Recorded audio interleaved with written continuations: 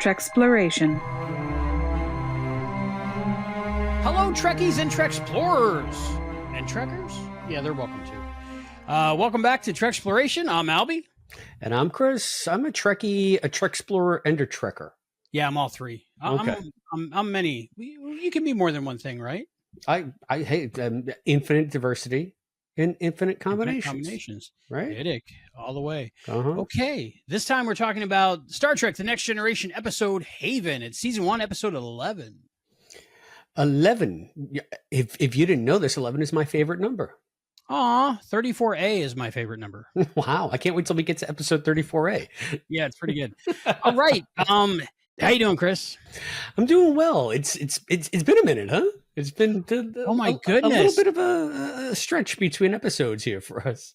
It's been forever. You know what? It's weird because like one of us might have a thing, or the other one might have a thing, but if there's two of us and we both have things, oh my goodness. Yeah. Well, we both seem to have things. Yeah, but even one of us having a thing can derail the other one who doesn't have a thing. So one of my things while I was away was COVID. I hope you had a better thing. I did. I had Star Trek Las Vegas. Aha. Well, yes. Do tell. I wish I could have come. That came together so last minute. Like you really just took the initiative on that one. It was last minute. I was begging you to go, and 6 hours later you got COVID.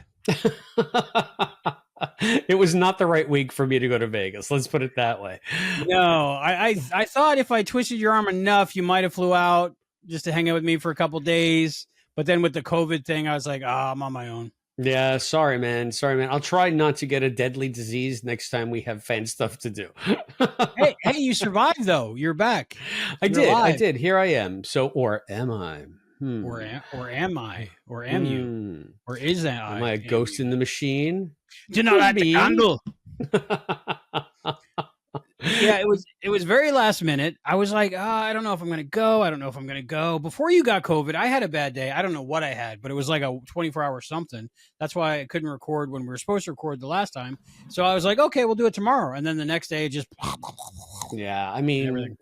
You know what? Maybe things happen for a reason. Maybe those would have been awful shows. And this show now is better for us having had time off. It gives people a chance to miss us anyway. Yes, absence makes the heart grow fonder, or the earbuds, either one, you know? Either one, yeah. So I ended up doing 2 days at Star Trek Las Vegas. Yeah, tell me all about it. It was last minute. And I was like, if I can get everything to align and there's still tickets and I can get a good flight and it's not too bad and a nice hotel and all this stuff. So I was on the price line and Expedia and all those things. And then the Googles, and I was trying to put it all together along with the tickets. First, I needed to get the tickets, but I had to go to all the websites to check the flights, make sure they weren't like $3,000 because it wasn't but a couple of days ahead of time, but they weren't bad. And I was able to get like the hotel and the flights for a few $100s in a package, which was amazing. Great. That's fantastic. Was that because it was a con and they had a special going, or is that just Vegas? No idea. I flew out on Breeze, which I never heard of. Breeze. Yeah. That's like Frontier. Like we have Frontier that goes to Florida from Long Island.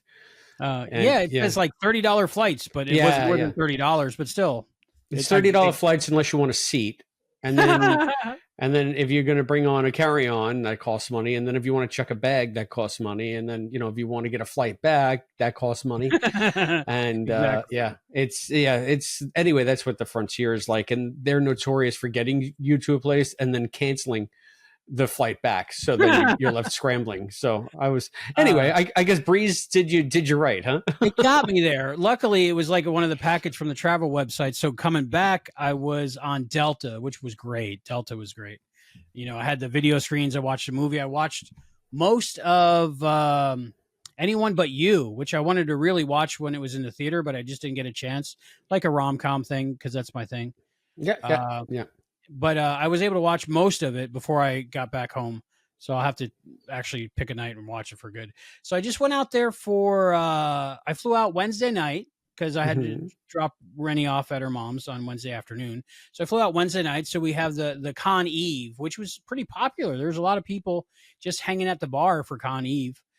And I was there Wednesday night, all of Thursday, all of Friday, and Friday late night, I got the red eye back to Florida because that's where I got to pick up my daughter. So I get to pick her up on Saturday that week. So I can only do Thursday and Friday at the con. But it was fun. It was a nice dip your toe experience, you know, see a bunch of people. So, I mean, meet some people. from the pictures that you were sending as I was lying deathly sick in my sick bed, it seemed like you were meeting some really neat people. And it wasn't like all the heavy hitters were only there on Saturday when you had to miss it. It seemed like they had a lot of pretty decent panels with some, you know, pretty major guests. Yeah, I think the only people I missed out really on were Jerry Ryan and William Shatner and Kate Mulgrew. Everybody else seemed to be there Friday at least. So that was good. Rennie was like, okay, hear me out on this. Maybe leave me at mom's one extra day, and then you can meet Jerry Ryan. I was like, I'll meet her next year. I'll meet her next year. She's like, but it's Jerry Ryan. But I was like, but I want you to meet her too. So when you tell me you have a type, I think I know what type that is. Probably Jerry Ryan. Jerry Ryan. Is that a type? Yeah, I mean, she's on my T-shirt. Yay! I just have Sam. Is that a Trek and Tell? I don't know. I just got this at the con. They had so many cool unlicensed Star Trek shirts, and this is one of them.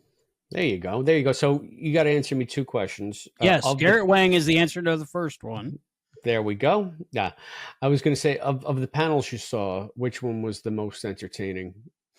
Entertaining, I'd have to say the Next Gen panel with Jonathan Frakes, Brent Spiner, and Gates McFadden. That was fun because the moderator, I don't know what happened, but the moderator did not show. Wow. So they were there for about 2 minutes, like waiting for the moderator. And then they were like, well, we've done this before. We don't need a moderator. And then Jonathan got up and he sat at the moderator's desk and he was pretending to be the moderator for a while.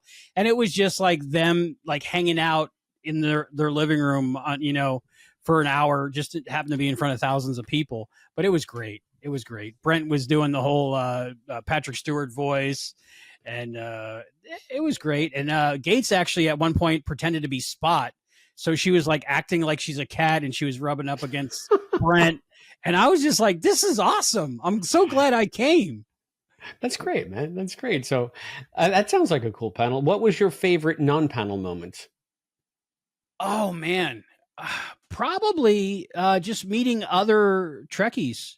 There was a lot of content creators that I follow, you know, with Star Trek things. I got to meet 2 of my favorites that do Star Trek: The Next Conversation, Andrew Secunda and Matt Myra. You might remember Matt Myra from After Trek. And he also did Talk Salad and Scrambled Eggs, which is a Frasier podcast with Kevin Smith, right? Yeah, that guy. Yeah. So it was great meeting him, meeting them, and I'm in their Patreon group, and so I got to meet a lot of other people from the Face group, is what it's called. So, and people are coming up to me and saying, "Oh, I know you from the group, and how you doing, and where are we going?" Because they were supposed to do 2 panels on Friday, but the guy from like the Toys That Made Us, Movies That Made Us, all that stuff, he decided he didn't want a moderator. So all the people that like me that went there to see Matt Myra and Andrew Secunda, after about 5 minutes, we all left and just went to the Next Gen panel.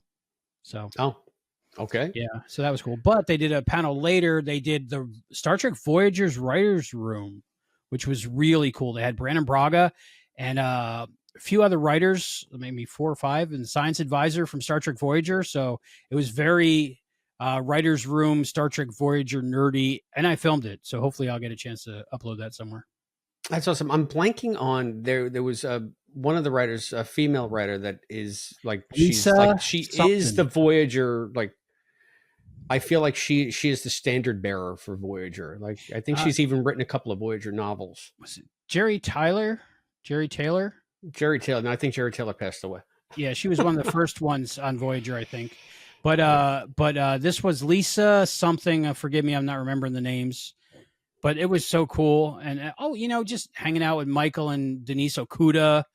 Wow. Now, if people out there watching don't know who they are, you have to give them their due. Can you, for maybe the one person out there, when you say Michael and Denise Okuda, they don't know who they are. Michael Okuda is famous for developing Okudagrams, which is like the computer interface for Next Gen On. and he's done all that. And Denise worked in the art department with him, and they're pretty much responsible for all the look of TNG forward, of what everything looked like. Not set designs, but everything that made the sets come to life. Computer displays and different things. Mike is very famous for using like a roll of tape everywhere to make like plain sets look more interesting. He's really good at that. And just great people. Like friends with Denise on Facebook, and she'll answer any silly question I have. But just to meet these people in person. Met Sean Farrick from Trek Culture, which that was cool. That was my first. It was the Con Eve, a Wednesday late night. I found the bar that all the content creators hung out in, which was really cool. That's always the key. I didn't get to enjoy cons until I stopped just going to panels and going home and started actually socializing in bars. And that's when cons came to life for me. So I can't stress enough what an icebreaker that is. And I got to use my line. Did I tell you the line I was going to use? What was the line? What was the line, sir? Like if there was a single woman there or something, I was going to say, I said it actually. I said, "So do you like Star Trek?" And she was in like original series, your red dress with like Star Trek everything, maybe a couple tribbles on her or something. And she just laughed. And then we talked for a long time after that. And I met some cool people. Like I met, let's see, Robert from Austria. I met Blaine. I met Keith, Kenneth, Steven, so many people. And then John, one of the listeners of the Quantum Leap podcast that I met for the first time, just came up to me and said, "Albie?" And I was like, "Yeah." I was like, "What'd I do?" And he was like, I love the Quantum Leap podcast. And I was like, "Oh, yeah, that's us. Yay." Hi, John. Hi, John. So he didn't know we were doing the Star Trek podcasts. So, and he was dressed like Tom Paris from Mortal Coil, I want to say. If I don't know if I'm getting it right, but it was interesting. He did really good, but it was cool to meet him because I was ordering a drink. I ordered something green because I don't know what to drink, so I figured something green. It's green, so I ordered something green, and then I got him one too because we were hanging out, and he drank something green. They had I drank too much. Well, that is part of the con experience, is it not? It was. If you're doing it right. I had a great time. Like I said, met Sean Farrick that night. It was great. And so many people I met. I met Larry Nemechek, I think, the next night. Dr. Trek himself, huh? Exactly. And they're all just hanging out chill, And Ryan T. Husk from the Seventh Rule, Melissa Longo from the Seventh Rule and Virtual Trek Con, Aaron Eisenberg's widow. So meeting all kinds of cool people. And just... they're all rock stars, like even the actors and stuff walking by. I mean, like Sirach Lofton. I was like, Sirach. He's like, "Hey, how's it going?" And that was my next question. Was Sirach there? Yeah, Sirach was there. He was looking good. He's a very handsome guy. He turned out good. Maybe Q had something to do with it. I don't know. And Dominic Keating come walking by and he goes, "On your left." He's really quick. I'm like, "Oh my god." I was like, "Shuttle Pod 1." Brent Spiner was in the bathroom and I wasn't at the sink next to him when we were washing his hands, but a guy cosplaying as Geordi was next to me, and next to him was Brent Spiner, and he looks over and he goes, "Brent?" He's like, "Yeah." He's like, "Wow." And, we were washing our hands with Brent Spiner, and then Brent was kind of like blocking the bathroom coming out because there were so many people like around him. And I was like, "I love you." When I walked by, he's like, He gets in a bathroom. I'm sure. Yeah. Yeah. Well, that's a bold choice. I met Stan Lee in the bathroom one time. So, I mean, things happen at cons, Yeah, Excelsior. So it was a great time. It was a good dip my toe in. Now, the whole Rashomon of the thing, like I was having a great time. I thought people were like me. It was meeting people. But then I woke up the next morning sober, and I'm like, did I make a fool out of myself? I have no idea how I was acting, but I guess everybody was drinking. So, yeah, I was going to say, welcome to drinking, That's just part of it. And I'm sure you were fine. I mean, you're always so witty and dry and but you know what, the main takeaway, because I was afraid I'm going there alone, I'm typical lonely guy at a place with no friends, but what was so cool was there were so many people going by themselves and just hanging around Star Trek people. It's like you have this common bond. So instead of just standing there and being afraid to talk to somebody, you just start talking, and before you know it, you're talking for an hour with them in a group of people and your friends and enjoying each other's company. It's really great. I have to think that that's a little bit of a different dynamic than a lot of the cons that I've been to that are just more general science fiction cons. Yeah. Because you could have a cross section of many different fandoms and people all there for their own reasons, right? But here, I mean, this is one huge con dedicated to nothing but Trek. So everybody is there for the same reason. So everybody you bump into is going to have a common interest. So I imagine it's much easier to start chatting people up because you have the fandom, at least, as an icebreaker. Plus, free drinks in Vegas. Yeah. I don't know if they were free. We were at the bar, so. Okay. Had you been gambling, they would have been free. Yeah, we weren't gambling. I didn't gamble the whole time I was there. I saw the cocktail waitresses, though. That was an experience. Okay. Very, very stereotypical Las Vegas, the casino in the Rio. It was very interesting. Had a nice room in the Rio, huge room. Speaking of bumped into, guess who bumped into me? Robin Curtis. I love that. Savick herself? Hey, Savick herself. I'm sure she gets that from everybody there. Like, double take, and she was in between, I think, Terry Farrell and Nicole DeBoer. Terry Farrell from Quantum Leap, of course, too. Dax, Jadzia, beautiful, gorgeous, tall. Nicole DeBoer, tiny little thing. I was surprised. Yeah, no, she always struck me as short. Yeah. It's that manic pixie thing she had going on. Yeah, exactly. Maybe it was the haircut that did it. I don't know. Yeah, but were they all together when you ran into Robin, or are you just putting two stories together? Robin was actually, she was coming out of between the tables to take selfies with people, and then she I saw her a few times during the con. She would come out and talk to people, when it was slow, whereas the other people just kind of stayed behind the tables, Robert Picardo, just so many people. Everybody there was so great. And you missed Saturday. I mean, that's crazy. Yeah, and you missed Saturday. Thursday and Friday. It's like, this was Thursday and Friday only. Doesn't sound like you missed much of anything. Garrett Wang was cool. He was hanging out with everybody. Very nice guy. So many people. And Ronald D. Moore from, of course, writer of Star Trek and the movies, and of course Battlestar. I was just hanging out and eating a hot dog, probably 10 feet from Ronald D. Moore and maybe 15 feet from Doug Jones. It was just crazy. Wilson Cruz. Doug was there too, huh? Everybody. Disco people. When I go to MegaCon sometimes in Orlando, you have 5-6 Star Trek people and then everybody else, people from Princess Bride and stuff, but it was just all Star Trek. There was a couple people from Battlestar. Was it Mary McDonald who played the president of Battlestar? She was there. That's cool. Yeah. I always liked her. Yeah, she seemed great. Everybody was so nice. I didn't see one person that was not kind the whole 2 days I was there, 2.5 days. That's nice. So they all lived by Will Wheaton's #1 rule. Yes, for his birthday. Don't be a dick. Don't be a dick. Yep. Well, that's amazing. That's amazing. I'm so glad you went. I'm sorry that I couldn't swing it this year, but I really do think that we owe it to ourselves and to our viewers / listeners to maybe arrange something for next year. I mean, is it too early to book? It might be too early to book, but if they have the dates, we should at least set them aside and start making beginning preparations, of August again. right? It's August 4th, whatever that weekend is. So they were promoting it this week, but I think the first 10 rows are sold out already by the the golden pass holders that have annual. They get first dibs and stuff. We can get press credentials maybe. Oh, there you go. Well, everybody there has a Star Trek podcast. That was one of the topics of conversation. I found out there was more than 2.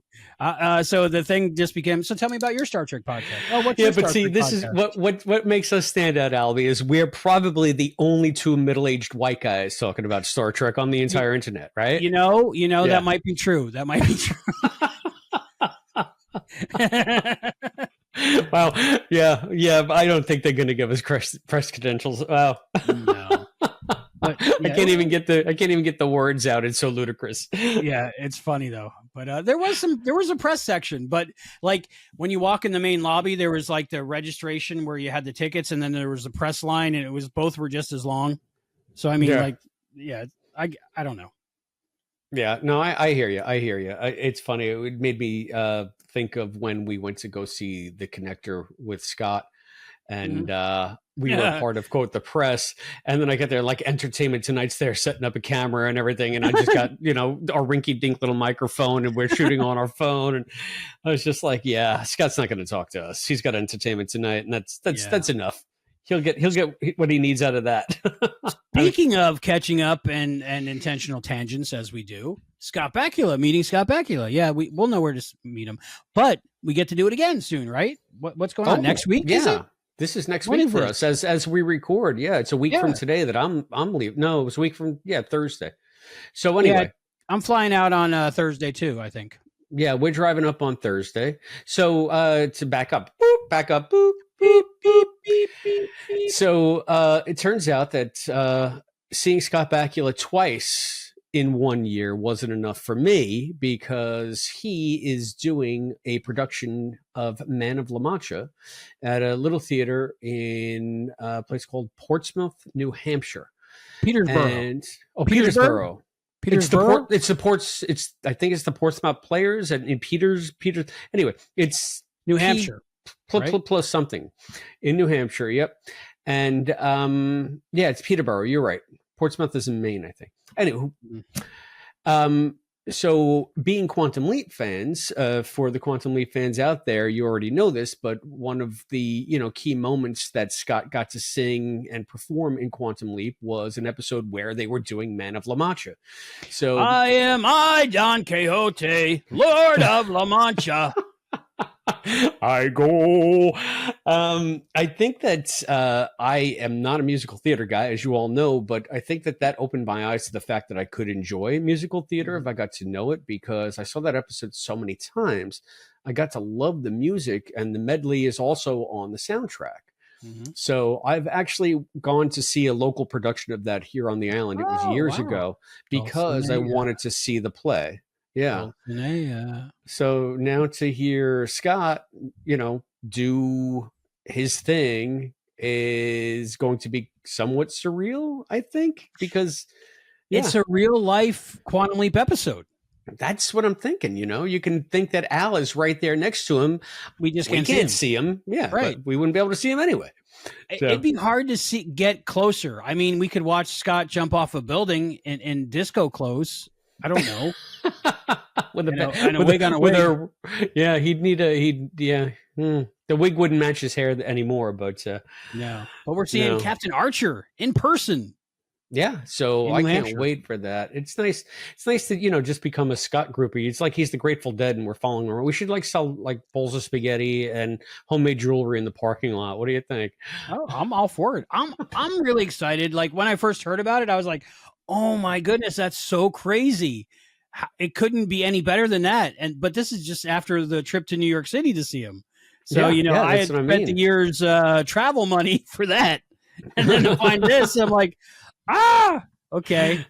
So I had to pull stuff out of the, mattresses and stuff, but it's all going to work out. So you, me, Serenity, and Laura. Right? Yeah, Laura will be there. Laura was asking me, she said, what night are we seeing the play? I said, I didn't get you a ticket. You said you didn't want one. She said, oh, I'm not obligated. I thought I was obligated to go. I said, no, we'd love you to go, but I don't want to make you sit through a musical you don't want to see. I'm trying to remember. I think I only got 3 tickets for Friday night. Mm-hmm. That's the 3 of us. And then I got you guys, you and Serenity. So this Albie's insane. Mm-hmm. Dear listener, dear viewer. They know. He'll go to see something, and then he'll see it 9 times in a row. Well, my thought is I'm going to be in New Hampshire for 4 or 5 days, something like that. And it's going to cost a lot to get there and to stay there and to get home. So I'm not going to be in New Hampshire, in the same town of the theater where Scott Bakula is doing Man of La Mancha and not be seeing the Man of La Mancha. And the tickets were relatively inexpensive compared to the Broadway tickets were. So I was like, well, we're there for 3 performance days. We might as well see it 3 times. You want to see it 3 times, Serenity? And she's got the crazy that I do. And she's like, of course, we're there. Let's see it. So we're going to see Man of La Mancha 3 times. That's just so wholly foreign to me to see something, night after night after night in a row. I think you're seeing it twice in one day, right? No. Okay. I don't think so. I no, that would be a long day. I think we're doing the matinee. We're doing the Friday show, Saturday show, and the matinee Sunday, I believe. Okay. Then we're leaving Monday, flying back Monday. But I'm just thinking you're kind of strange in my brain because you're going to be like in that town while Scott Bakula is performing and not hanging out with Scott Bakula. So I don't know. But I mean, there's a difference between hanging out with Scott Bakula and sitting in an audience and watching a show that Scott is doing, I think. All right. We'll agree to disagree on that one. Yeah, that's fine. That's fine. Everybody's different. But I was like, we're there, so we might as well go. So, and by the time we're done seeing it 3 times, I think we'll be good on Man on La Mancha probably. I think by that time you might be sick of it. So. I think one of the days he's doing a Q&A or something afterwards, which is really cool. Meet and greets too. He said take photos. So really, what? Yeah. All right. Well, I want to say Sunday. So if there's any tickets left for you and Laura, maybe I don't know, but double check on that. We were gonna leave on Sunday. Oh, so what time is that matinee? It's early. It's like 1 p.m. or something, but you wouldn't get out till 5 or 6 probably. You know how that works. Yeah. The thing is, I just have to work on Monday, and it's about a 5.5 hour drive home. So yeah, that's my. I work out of my laptop, so I can work from anywhere. So understood. Well, anyway, Haven, and this, right? Right, Haven and New Hampshire to Haven. So I think that maybe we should get going on this episode, huh? All right. Did you watch it? I did. It was weeks ago. It was pre-COVID, but I watched it. Did you forget it with the fever dreams and everything? Everything went. Who are you? What am I doing here? I'm Albie. What time is it, Eddie? What time is it? Yeah, we're talking about Haven, Star Trek Next Generation, Season 1, Episode 11. Original air date, November 30th, 1987. Teleplay by Tracy Torme. Ooh, the Sliders debut? Tracy debut? Yeah, maybe. And I think so. And story by Tracy Torme. And I got to move this document over a little bit. Inside baseball. And Lan O'Koon. No clue. Lan O'Koon. Not a name I'm familiar with. Directed by Richard Compton. Straight out of Compton. All right. A Tracy Torme episode, Haven. Chris, first thoughts and first impressions on Haven. This episode was better than it had any right to be. I actually really enjoyed this one, despite I had many flaws. So those are my first impressions. How about you? My first impressions was I enjoyed it more than I thought I would. To me, looking back, my memory is always like, kind of like a slow, just get through it kind of thing. Mm-hmm. But sitting to analyze it, I really found myself enjoying it. I think I watched it 4 or 5 times in the past couple of weeks. Yeah, and it just got better every time, and I learned to appreciate different things. But I had a lot of questions about it. Yeah, I mean, there are some things that don't make much sense in universe, but we can get to that. And I don't know if it's nitpicking stuff, because it is somewhat, there were legitimate questions here. Oh, sure. But yeah, but on the whole, much more positive experience than getting through it experience. I would agree. Yeah. I wonder if it's because I'm maturing, but I don't think so. Chris, could you read the episode synopsis for us if anyone hasn't seen it? Okay. Episode synopsis of Haven. The Enterprise enters orbit around the fabled planet Haven, said to have miraculous healing powers. Upon arriving, there is a surprise waiting for Troy and the rest of the D crew, an invitation to Deanna's wedding. Turns out that Beta Z has a tradition of genetic bonding, which is just another fancy term for arranged marriages, and Troy has long been pledged to Wyatt Miller, the human son of old human friends of her late human father. Accompanying the Millers is Deanna's mother, Laxwana, whose forceful personality soon has everyone on their toes. Some mild Riker Deanna romantic drama ensues over the impending nuptials, but as to that, Wyatt is seemingly surprised to see Deanna. He was actually expecting a mystery woman who he has been dreaming about all his life. Could it have anything to do with the Tyrellian plague ship that is suddenly approaching Haven? Now Picard must protect the Paradise planet and figure out what the Tyrellians want, while making sure that Deanna gets to the nude church on time. I love that. I love your synopsises. So much better than others. Thank you. Anybody. I've written a couple of things here and there in my life. So Yeah. So I like the things you picked up on in that. And Topher, let's just talk about this episode. What are the biggest things that stand out in your mind? before we do that, I mean, you're getting all wet and naked, and we still have to tell people how they can tell us what they think about the episode. We want that's a good point. It's been to a reach while. out. It's been a few I know. weeks. We thought we had the flow down, time, though, right? We're gonna right? double down, right? Double down. Yep. So we want you to subscribe. We want you to like. We want you to share. We want you to get us on Patreon and YouTube. And you can do all of these things at patreon.com/Treksploration. You can follow us on Instagram at Treksploration Pod. You can hit us up on X at Treksploration. You can email us Treksplorationpod@gmail.com.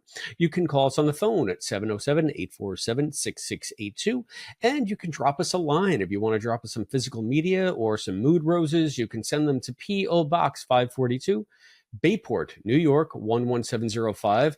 The newly resurrected P.O. Box. I forgot to pay the bill for like 3 weeks. Oh, no. We Is it the same almost lost it. We almost lost it. Yeah, we still have same number. Goodness. Yeah. I was able to resecure P.O. Box. So if anybody did send us that shoebox full of 20s that I've been asking for and it got sent back, returned to sender, you can send it again. It will make it into the P.O. Box this time. So Christopher Soupy Sales, the Philippus.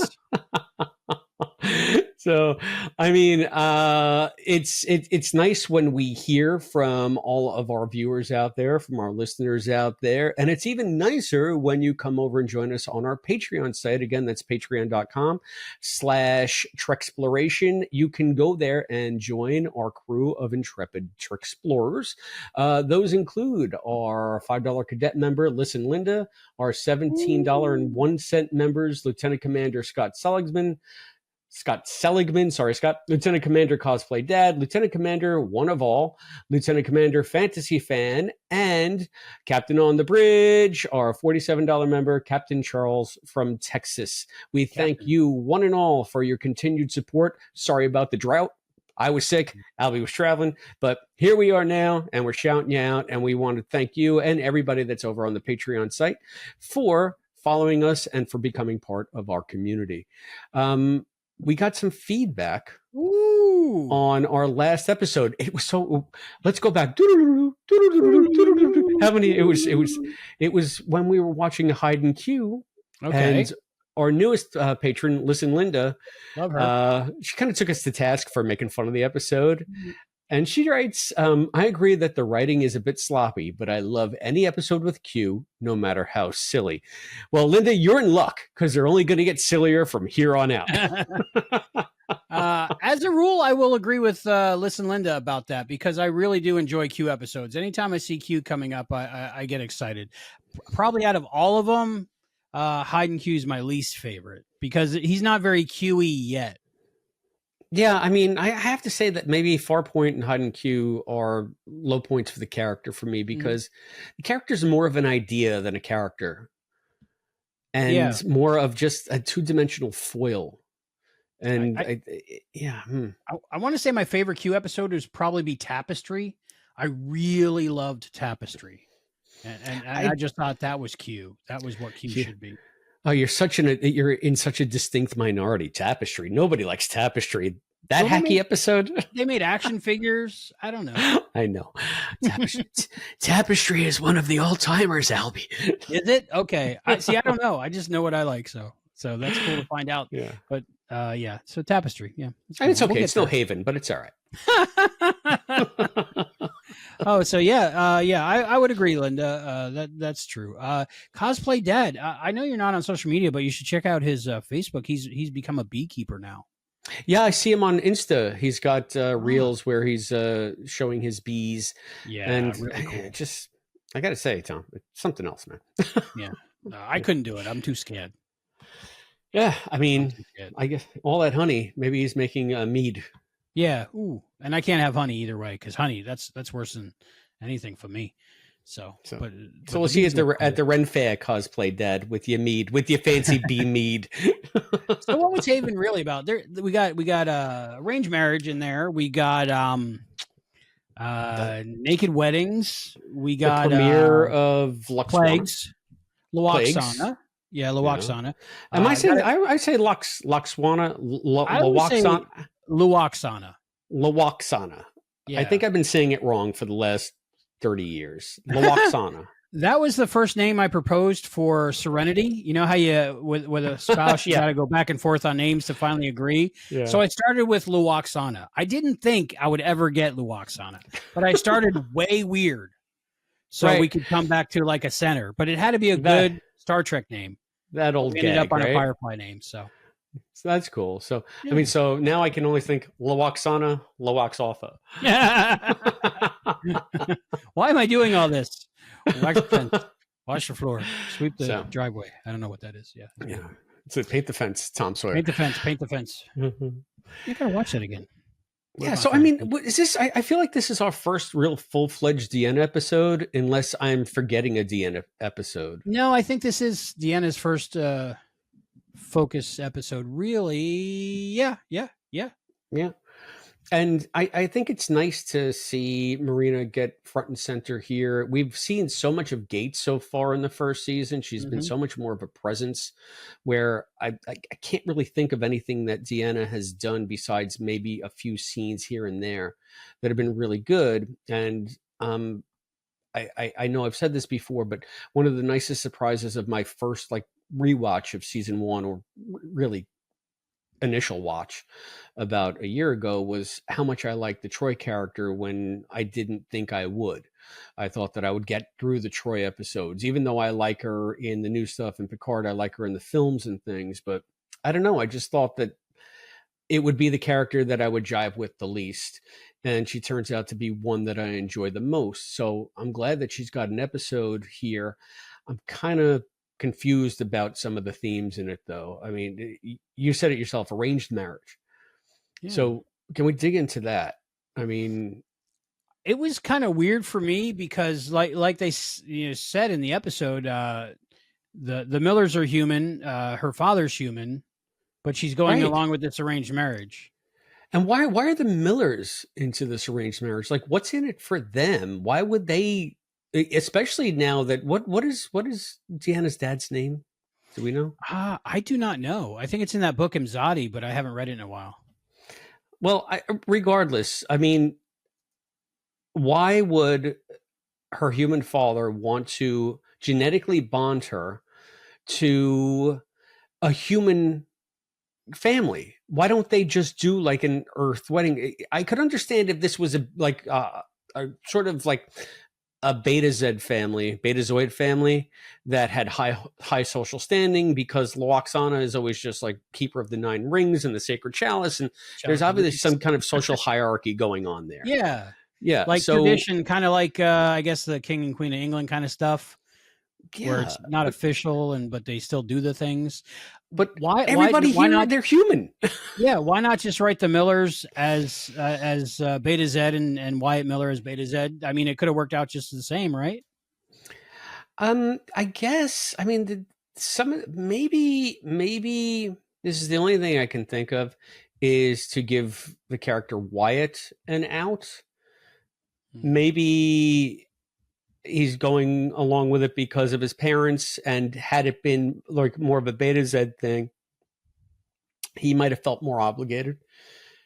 And even though he seems to be really willing to go through with this, as does Deanna, even though somebody made this decision for them decades ago.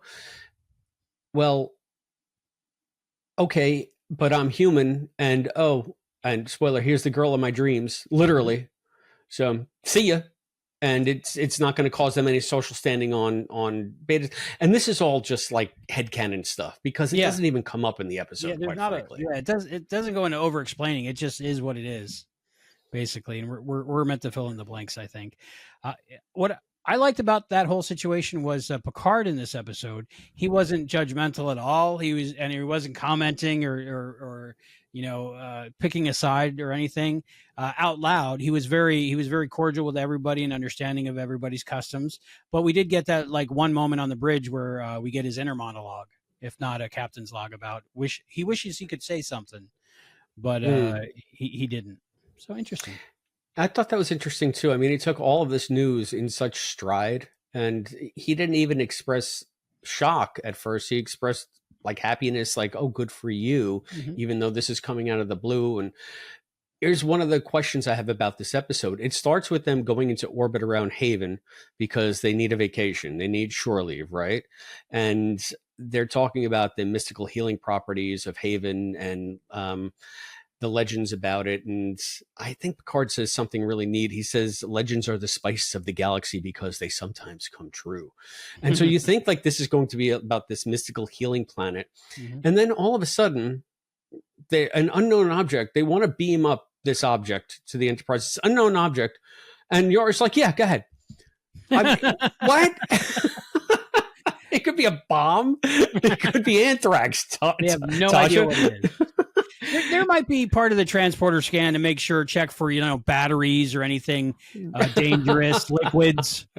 Right. Anything that's above, 3 ounces of liquid can't be beamed on. Yeah. It says it's got an Armin Shimmerman head, but I guess that's all right. That's good. Okay. We'll beam it aboard. Yeah, and this is something that took me out of it. It reminded me of that interview that our friend Scott and our graphic designer Scott Madison did on his long defunct at this point. They keep threatening to bring it back, but they haven't. The Prime Direction Star Trek podcast, where they talked to Star Trek fans about their Star Trek fandom, and Scott did that episode where he interviewed Armin, and Armin said that him taking the job as the box, he was up for that job and another job, and he decided to take the job as the box as a lark, and it led to everything else. And what was the other offer? A bag? I mean, what is the box better than? A pillowcase? Maybe. Okay. A dirty sock. He was going to play a dirty sock.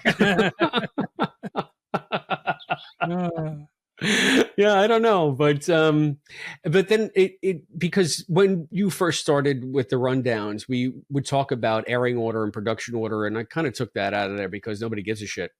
But maybe you do. But this turns out to be the 5th one that they produced. So they produced Code of Honor, then they produced this one, and that's why Armin talks about this as his first role in TNG or in the new Star Trek, the 90s Trek. Even though we saw him before in the Ferengi the Last Outpost. Thank you, Last Outpost. Yeah. So this is the one that started it all for Armin. And interesting. I did not know that. Yeah. And it's just so odd. It's just so wholly alien. Like I applaud the writers for taking us out of complacency.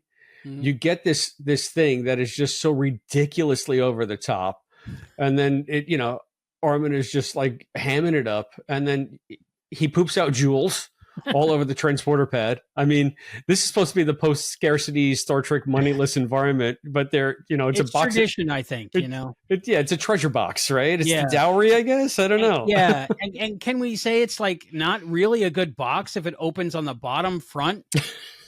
Exploding, it's like the opposite of a box, right? I guess maybe you have to put the jewels in Armin's mouth, and he swallows them into his belly, right. And then it's almost like you hit the jackpot, right? It's almost like you're playing the slots. Okay, like a slot machine. I see it. Yeah, you push his nose the right way, and it all comes out.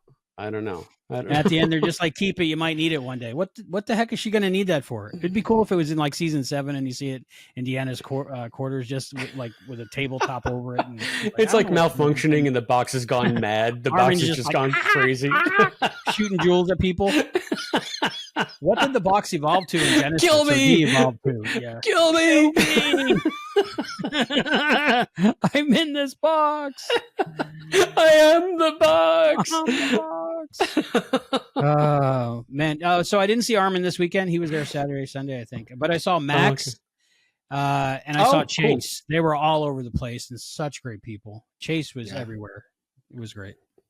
Yeah, Max is awesome too. Max is so awesome. It's so cool to see him in real life. He looks just like Rom. Like not as Ferengi, but I mean, you can tell it's him. Yeah. So it was great to see them, and Chase was very nice to everybody. She did lounge nights, singing a couple nights. It was great. Yeah, Chase has got a lot of talents, and it's nice to see them still active in the fan community. It's nice that they got to do guest spots both on Lower Decks. So Did they talk about that during the panel? Yeah, they talked about Lower Decks and how they just got a call out of the blue and they loved it. And they said they're available for anything coming up, Star Trek. So it was great. Yeah, it was good. Arranged marriage. It's just weird that Deanna is okay with it. Maybe she's just at a point in her life where she's just like, well, this is better than what I'm doing now. Because I don't know. Like, as a rule, I think I'm against arranged marriages because I think it's good to have freedom and choice. But, yeah, I mean, my freedom and choice has got me stationed on a space station all by myself. Going to Star Trek conventions all by myself. It doesn't mean an arranged marriage would have worked out. I mean, that's true.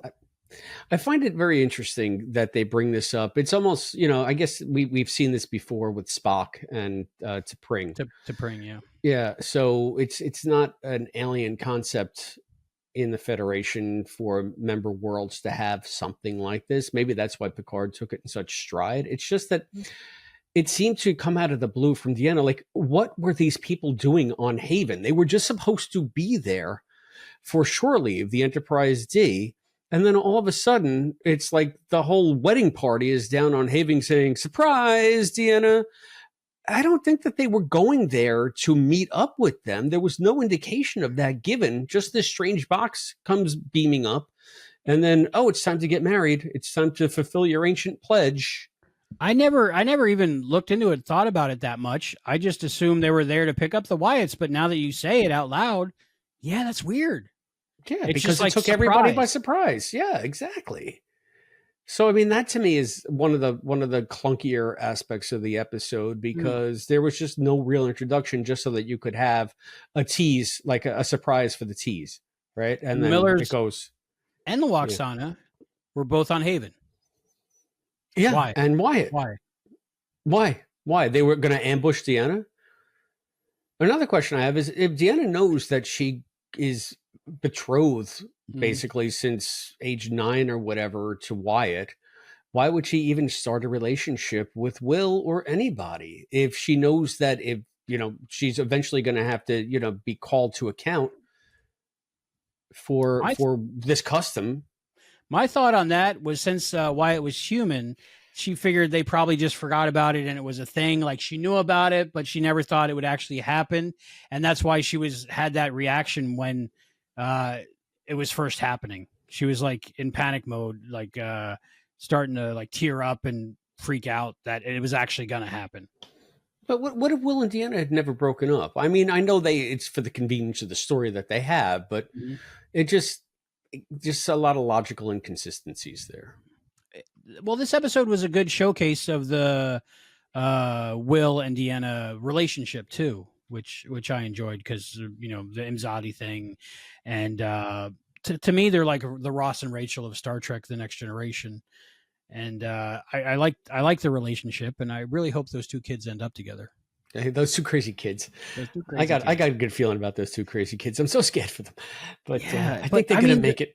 They're friends. They're together on the ship. Whenever one of them is in a relationship with somebody else, there's some jealousy and there's talks and there's emotions. It's like, why aren't they together? I don't get it. They kind of mentioned something about he wants to be a captain, so he can't get married or something. But I think what she's saying is that he has one focus in his life, and it ain't her or anybody. It's his career. It's his trajectory to the captain's seat. So I think that's where they leave it in this episode. If I recall, it might have been another episode where she talks about that, but the rift has come from the fact that he won't divide his focus. He is well known for that, because earlier, before Encounter at Farpoint, they were supposed to meet and like elope and end up together, but he chose to take a command on a starship instead. So she's probably still hurting from him choosing his command over her. And maybe Deanna just doesn't want to be his second choice. Yeah, and that could be too. I mean, she doesn't want to be a distraction to him, but she deserves better as well. Yeah.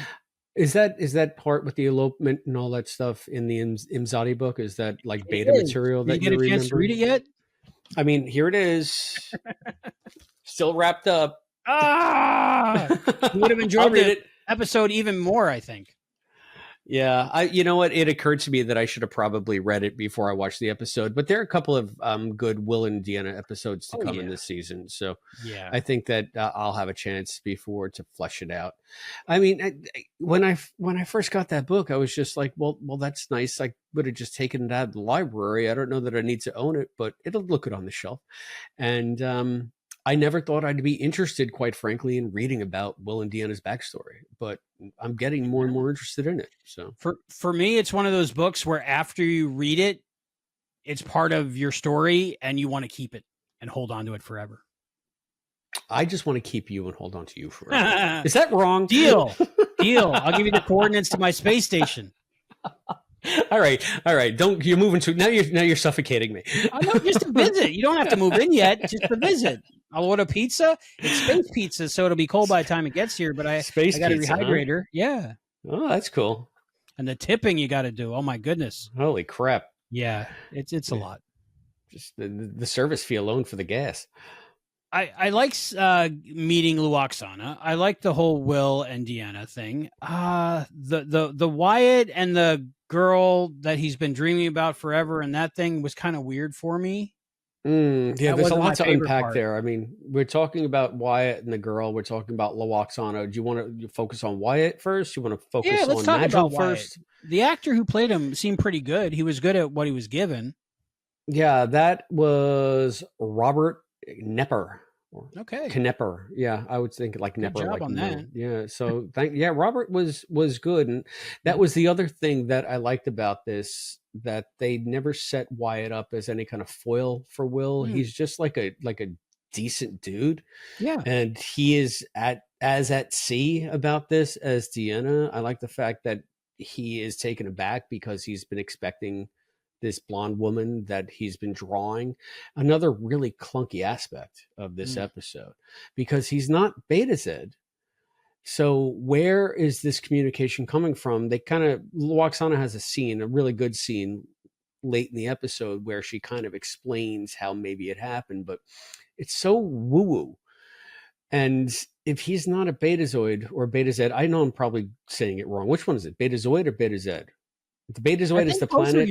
I think both are used throughout the series. So I don't actually know which is correct. When we talk about Spock, I'm going to call him a Vulcanian. Exactly. Yeah, me and Harry Mudd. Betazoid. That's what I always say, but you can say either one. I'll go with it. All right. So anyway, the Betazoid Zeds. If he was one of them, then maybe I could see like this mental connection. Maybe the what are they called? The plague people, the Tyrellians. Maybe they're mental. Yeah, they might have some kind of telepathic powers. So, but the fact that he's obsessively drawing this woman, do his parents think he needs psychiatric help, or like?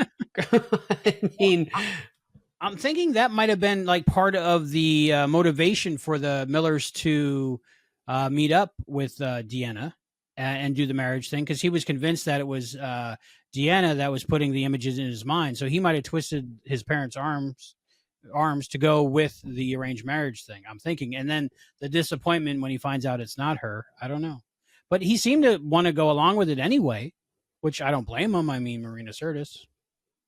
Well, they're all like so adult about it, and they're also like gentleman's handshake about it. Well, we made a deal.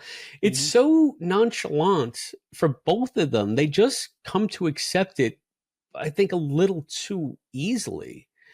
And as Deanna has an obligation to her dead dad, I guess, and he's got an obligation to his mom and dad, because Luoxana doesn't seem to give a shit. She doesn't want her to marry this guy because she thinks the Millers are beneath them. So what is the motivation for these two? Is Deanna doing it at first because of some kind of obligation, like she's the Duchess of this, of that, because of the sacred chalice of Reeks and the holy rings of Beta Z and stuff? Is she like they're human. Like, what are they going to give to? How does it benefit Deanna? It might benefit Wyatt, but why would it benefit Deanna to marry him? My guess is Deanna was in a really bad place, and this seemed like a way out. That's what I felt watching this episode. Because if her life was going good, if she was in a good relationship, if she loved what she was doing for a living, for her career, I don't think she'd just upend and go marry this guy. but she seemed to really want to marry him. I mean, they made out in the holodeck. I mean, and that always is the road to marriage. I mean, look at Worf and have we seen that one yet? Worf and Kalar? No, we're not there yet. Yeah. Okay. Sorry. So Lindsay Plaxton. People get up to shenanigans on the holodeck, you know. Oh yeah. Can't wait till I have falling in love in there all the time, man. But she's really seemed into him, and they kind of asked each other on that rock, do you want to do this? And they both agreed. Yeah, I just, and again, good scenes, solid acting. I really like the chemistry between the two of them. I just could not figure out a plausible motivation for them to be basically so nonplussed about it, to be just like, yeah, I guess. And she even said, you're very sensitive. We will probably learn to read each other. I guess maybe he'll develop some kind of mental rapport with her, much like she can speak to Loaxana. Yeah, without and speaking. Deanna can telepathically communicate with Will also, and he's human. I was going to ask you that. I'm trying to remember. Have we seen her speak to him directly in his mind telepathically? In Encounter at Farpoint, yeah. She does. Okay.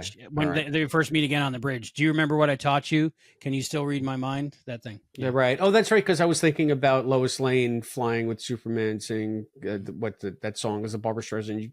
Can you read my mind? And she has that whole soliloquy. Papa, can you hear me? I did see Deadpool and Wolverine. Dude, I saw it in IMAX 3D. It was so good.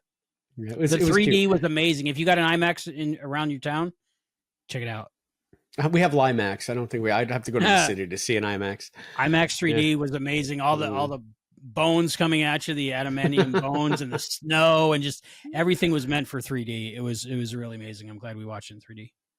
Anyway, so Papa. So I guess we have seen build Will. A snowman. Yep. Everybody so they're making out on the rock. I'm saying, are we taking a Yentl break or are we taking a Frozen break? I don't know. I'm good for either. I think the answer is yes. Let us know in the feedback. Do you want us to do a show about Deadpool, Frozen, or Yentl? I'm good for all three. Right. And we'll sing in any event. We'll sing. Yes. So that's a guarantee. You think they hooked up on the holodeck after Will left, or you think I didn't hear the door, so I don't know if Will left before they started making out. He might have just been in the corner watching. being a Will. Yep. Exactly. Well, I mean, no, because he had to go back to his quarters and watch his tiny little harp ladies. Yes, he was getting into that. He was like, all right, now it's getting good. They're playing the harp. He's leaning back. He's smiling. He knows what comes next. This is not the first time he watched the harp ladies. Right. I'm surprised he's not scrubbing forward to the good part. I'm curious. I really thought that when I first saw this that they were life size, but then I realized that they're like on top of a tabletop. Sort of. They're like little, and it reminded me of the luminous fairies in Mothra that call Godzilla somehow. They're like the little ladies that are in the box. It's just like it's the closest thing we have to television since the Cage, which he never turned on, and then Tom Paris later on has a television. But yeah, what was Pike's TV picking up there out in space? Was it old episodes of The Honeymooners that finally made it out that far, or no? I think he had a Plex server somewhere on the Enterprise. He could just call up anything he wanted, including harp ladies. Harp ladies. Gotcha. I need to type that in later. Harp ladies. Harp ladies. No. I'm sure. Well, listen. What is it? Rule 47. It's out there. Yeah, it's out there. I think that was just like a placeholder. But we were supposed to know what he was doing, but people that didn't know what he was doing, weren't offended by it. You know, I don't know. Listen, I really in the harps. You know, I just think that if you are of a generation, one might say the next generation, in which lifelike holograms that you can't tell apart from actual human people are a thing, you wouldn't be basically watching essentially a video if that is your aim, which you're alluding to, and get ready to bleep me because you think he was going to fuck him. But I think that he would have reserved a special holodeck for that, or at least, I said, but I don't want to say masturbate. You thought he was going to. So, I mean, it's going to be one or the other. That's where you went. I didn't see that, quite frankly. Really? I didn't. You just thought he was It's a I piece of just artwork thought on it his was pedestal to there. show that humans have a different sensibility about like entertainment and maybe a little bit more refined taste because it's this classical Greek, it's classic Star Trek. If you can't find a Mm. Nazi uniform, throw a toga on somebody and that'll be the alien Did they culture. ever But do toga Nazis? That might be a thing. toga Nazis must die. That's Lower going to be our Decks, fan season film. 6. So yeah, no, I didn't get any kind of sexual overtone out of that. I just got that this is unutterably strange. Maybe just because it was Riker, I was just assuming that's what he was going for. But he might just be watching the latest music video that came across Right? That the yeah, that could be like the subspace. K-pop of the day. Yeah, harp music might be big. Who knows? Big harp music from Little Fairies. Little people, yeah. So, Yeah. So but I found that interesting. But like, I guess it's just to show that day to day life is going on before it's all interrupted by all this surprise stuff going on.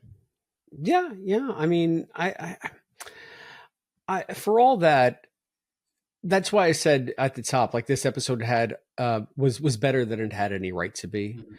because it worked. At the end of the day, the drama I feel worked. So it shouldn't have, because the premise and the setup is so ludicrous. But again, I think Wyatt and Deanna had such good chemistry in those quieter moments that it helped solidify the episode. So hats off to Nepper and Certus Yeah. for doing what they did with this, and even Frakes did Yeah. a Yeah. pretty good job, pretty nuanced job of bringing it. It wasn't like this soap opera relationship bullshit. It was Yeah. much more staid adult. Let's talk about it. Let's deal with it. Let's, not to say that there weren't parts like that in this episode, because there were, but when the relationship stuff happened, the romantic stuff anyway, I think it all came together nicely. There was definitely jealousy on Will's part. And he was letting it known. He was throwing some looks at Deanna's way. Like, why are you doing this? You know, you don't even know this guy. If you're gonna go with him, this is what I'm getting off of his expressions. If you're gonna go with him, why aren't we together? That kind of thing. And it's maybe they were communicating, or he was talking, and we're just not hearing the thoughts in that part, like we were with Luoxana and Could be. yeah, Deanna. I mean, I guess yeah, you could read some of that into it, and she's the one who says we're not together because you can't focus on both.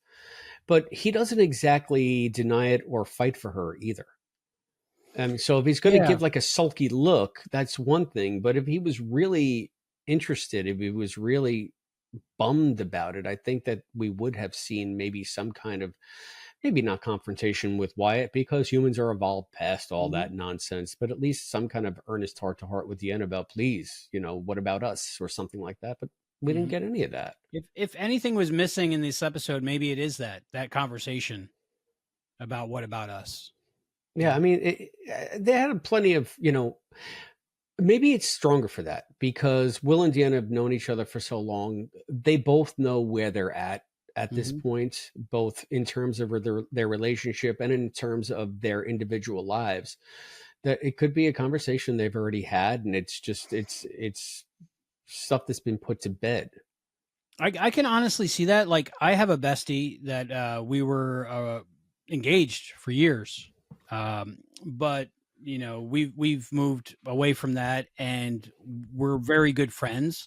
But we've said everything to each other that we're going to say, and we know what it is, so we can both communicate. Especially when it comes to things like that, we can both communicate with just looking at each other, and we know exactly what we're both thinking.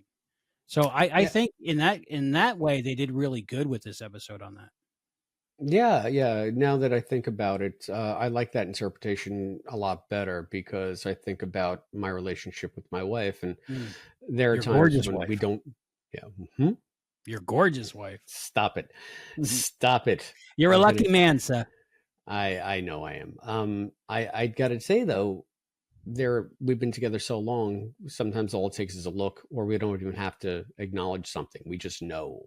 So it's kind of neat that maybe Tracy was trying to write that kind of dynamic in, because a lot of times in Quantum Leap, when Sam leaps into somebody's husband or somebody's wife or whatever, he should be lost. There should be a shorthand that the husband and wife has that he is completely, at sea with. And the wife or husband should notice immediately that they're not picking up on stuff that's just second nature at this point. So I think a lot of times in TV, you have a little too much exposition where it really wouldn't happen in real life, because you got to spoon feed the audience. But yeah, and okay, they weren't too exposition heavy in this at all. So no. So that's what it says. So we make it better. Yeah. So good job, Tracy Torme. Very evolved writing. There you go. Yeah, very good. What do you think of Lwaxana, the character, meeting her in this episode, her behavior, who she is, what she is? Yeah, you know what? I'm going to ask you first. Okay. My first thing watching this episode was I was just remembering Serenity and I getting off the turnip truck in New York City in the subway or wherever the hell we were, and you coming to meet us, and we had too many bags, and you just carrying my heavy bags and walking really fast, and I was like, oh, he's like Captain Picard, and I'm like Lwaxana. So I felt like Lwaxana a lot during that time, because everything I said, people were like, what? I don't get it. But I love Majel. Majel's amazing. It's hard to just pin it down to this episode, because I know the whole arc of Lwaxana on the show across the rest of Next Gen and Deep Space Nine. So, but I found it entertaining, and the way she would the way she didn't care that Picard was the captain of the Enterprise, because she's not on his crew. So to her, he's just another person. Porter too, right? Yeah, Porter. That was funny, and I like that she joked about people having thoughts about her. So I don't know. I had some thoughts about her. She's a good looking lady. So who knows if Picard really did or not? And I think that might come back later on, the Picard and Lwaxana thing, pretty soon, actually. Yeah. A fine episode, if I don't say so myself, if I'm remembering correctly. But I love that Majel came on and just went big and unapologetically broad. And I thought that it was a breath of fresh air every time that she was in a scene, because I've always liked the Lwaxana character, even though I can't say her name. And from some of the reviews I read at the time when the character was introduced, it seemed the fandom was kind of split 50-50 about whether or not they liked the performance or disliked the performance. I've always fallen on the side of Team Lwaxana, because I just like the comedic relief. I think that she's got good screen presence. I don't know what Majel did between her Nurse Chapel days and her Lwaxana days, but her acting is completely different in TOS than it is in Next Gen. And maybe it's because they didn't let her do much in TOS. Maybe it was just a different environment. But you wouldn't expect the actress that played Chapel to be able to carry off this character. And she does a fantastic job. So, I mean, for all that, this is where some of the more silly stuff and one of Deanna's weakest points in the episode comes. The fact that she is treating the captain of a starship the way she is comedic. It's funny, but is it realistic? I don't know. Would you come in like this and completely ignore any kind of protocol, especially if you're some kind of Betazoid, Beta Z, quasi nobility society? I don't know. Well, that might be part of it, because she might think more highly of herself than a starship captain, because she's the holder of the sacred chalice of Reeks. Yes, it reeks. So, and you know what? And we learn more about her character later, I think, in what is it, Dark Page, maybe? And then the Deep Space Nine one she did with Odo and stuff. And, I love that one with Renee and in the elevator. Yeah, I thought that was a fantastic episode. The one we found out that what really gave her trauma later on, I think, in season 6. Yeah, I haven't seen that episode, so maybe don't spoil me. I think I'll hold off on it, but when you get there, you might understand why she's, I would say, almost preemptively defensive and just outgoing to avoid the truth, maybe. Okay. It's hard to or say, but maybe to avoid deeper connections. yeah. She's pushing people away on purpose because I don't think she wants to get hurt. Okay. It's All right. like it's like one of those things where I've been through those things. Is like people don't like me. I want to give them a reason to not like me, so I know why they don't like me. I don't have to wonder why they don't like me, kind of thing. Okay. All right. So you think that it's all a defense mechanism? Yeah, and we get to know her better and more. And man, I got to tell you, she can pull off this comedy and the broad and the flamboyant and the everything and the crazy and the annoying, but endearingly so, and then play the real dramatic pieces. And it's just it's for a guest character on Next Gen. They did really Yeah. good. This isn't the Deep Space Nine days where people are developed, but the few times she was on, I think she's on what, Half a Life, also a couple other ones, and one coming up soon. But yeah, great actress and great character development for such few appearances, I think. I think so too. It's almost like, what is she, maybe on 6 episodes total, but you see Lwaxana as like a permanent fixture. And it's almost like Garrick. I think Garrick was, or Ducat, like they were on far more episodes, sure, but in the vast scheme of things, they were on far fewer than looms in your mind, right? So, and I think that a lot of this came down to what you're talking about, the fact that she was so broad, but she does have that wonderfully centered moment at the end of the episode when she basically sets Wyatt free. And it was something, she said something to the effect, all life, all consciousness is insolubly bound together. We're all part of the same thing, which is her way of explaining how come he could see Ariana in his dreams. And to her, it's not strange at all. He's just tapping into something, that is the force of, or whatever the Betazoid version of the force is, that it goes through us and connects us and binds us. Yeah, beta chlorians. Oh, what this episode, speaking of Ariana, this episode made me go down a rabbit hole, because I remember one time hearing about Ariana Grande and Star Trek or something, so I kept Googling. Apparently, like Mark Hamill and George Takei had complimented Ariana Grande, and Ariana Grande was like fangirling that George Takei knew who she was. So, like, is she a Trekkie, and is her parents a Trekkie, and did they get Ariana Grande off of this character, Ariana? I don't know. I couldn't. Oh no, I think Ariana Grande, was she even born in '87? No, but later. No, she was. Oh, you're saying you think that Ariana was named, or Grande was named after this Ariana? Gotcha. Yes, because she's a Trekkie. Parents are probably Trekkies. I don't know. This Ariana only spells her name with one N. Yeah, I think Ariana Grande spells her name with 2 N's. I think we've just blown your theory out of the water. Okay, I lost. Oh, anyway, Ariana Grande. Can't wait for Wicked. You're going to see Wicked, right, in 3D IMAX, right? No, I'm not. How else are you going to spend your Thanksgiving in New York? I don't know. Oh, yeah, I'm going to go to the parade. I'm going to get. I'll go to that parade. I'm trying to think of a Thanksgiving movie, but there isn't one. There is a Thanksgiving movie, Planes, Trains, and Automobiles. No, I'm talking about one that's set in New York. I guess that's Tower Heist. That's sort of a Thanksgiving New York movie. Yeah, they're mostly Christmas, like Miracle 34th Street. But it starts on Thanksgiving, I think. So Tower Heist takes place, I think, during the Thanksgiving Day parade. So anyway, where were we? Lwaxana. So yeah, which is she a cougar? When I think about a cougar, I would think about her. I mean, she gives off a vibe that she'd anything that moves. So maybe, and I was like that as a youth. So like she was a real old lady when I was a kid. Comparatively so. You know how you think everybody 40 and over is old. Yeah. But I was always attracted to her, no matter when. Just her personality and her the way she carried herself. Well, I have news for you. You're attracted to everybody.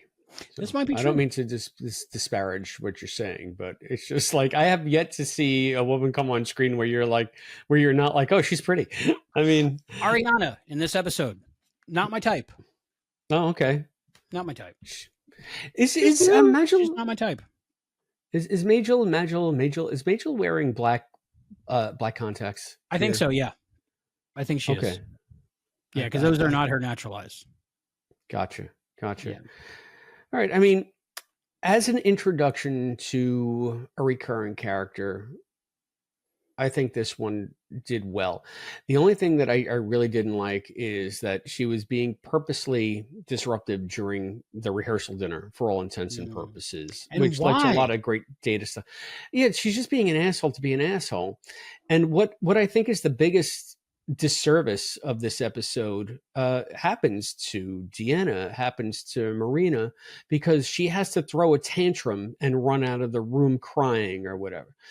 I don't think Deanna would act that way. From everything we've seen about Deanna, she's a counselor. She would know how to like short circuit situations like this. She wouldn't just get emotional, don't look at me, and run away. When she deals with anyone, but when she deals with her mother, she's a kid again. All right. Because their relationship stays the same from when she was a kid, because her mother was a kid, so she had to be the adult, and she's just always frustrated her whole life with her mother.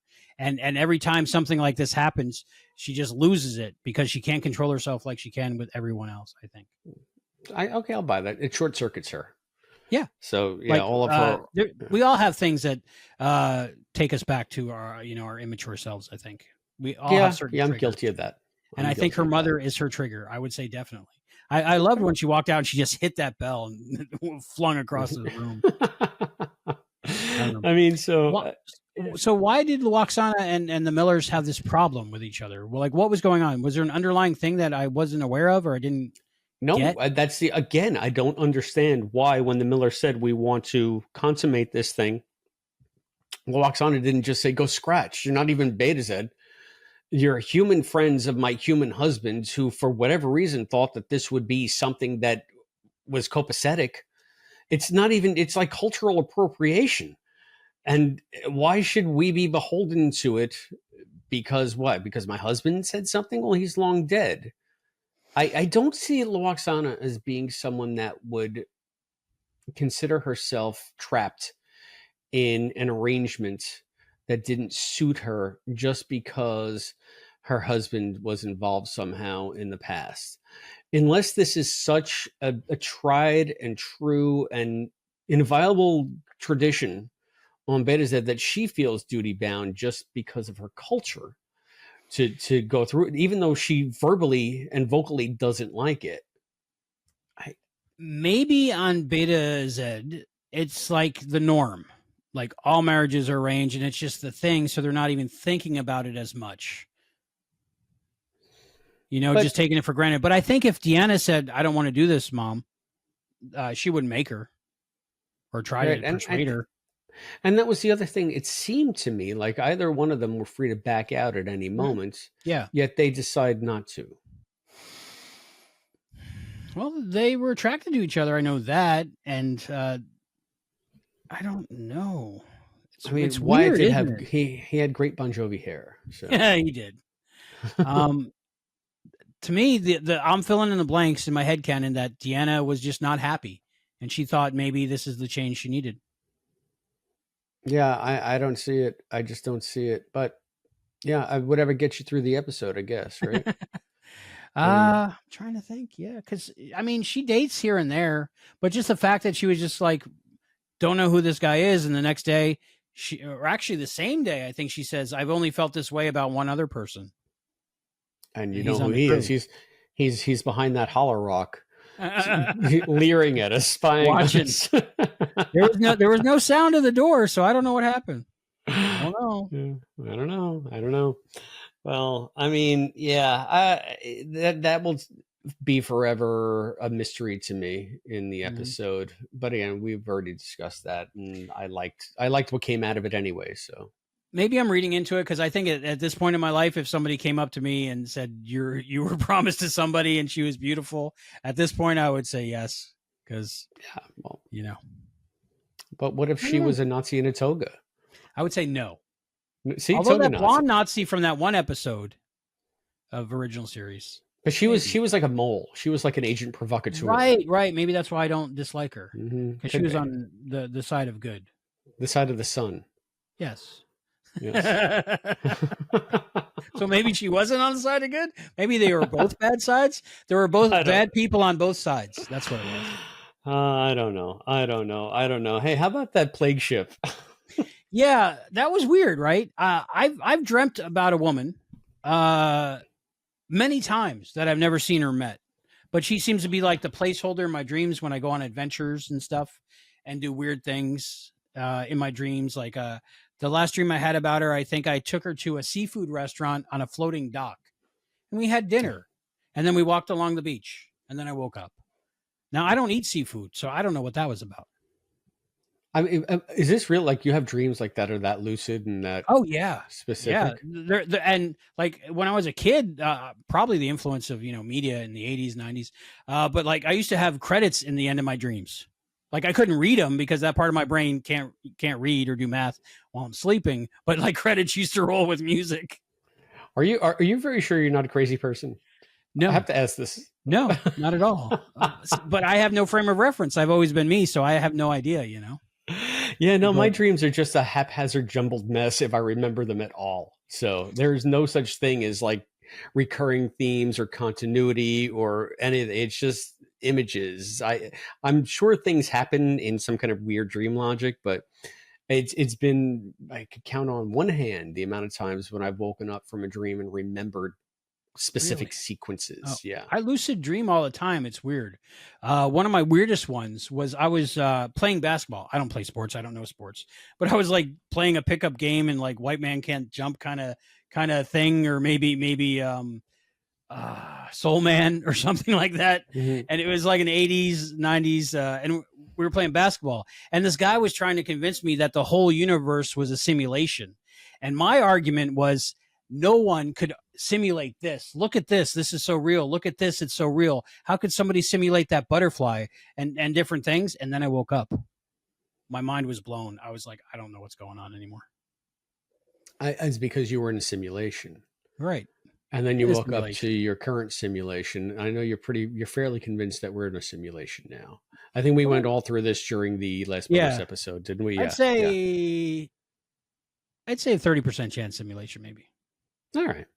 All right. So everybody go back and watch our bonus episode for the cage, I think. That was the last and our thing next bonus episode, because I'll be talking more about who and what I met at the convention.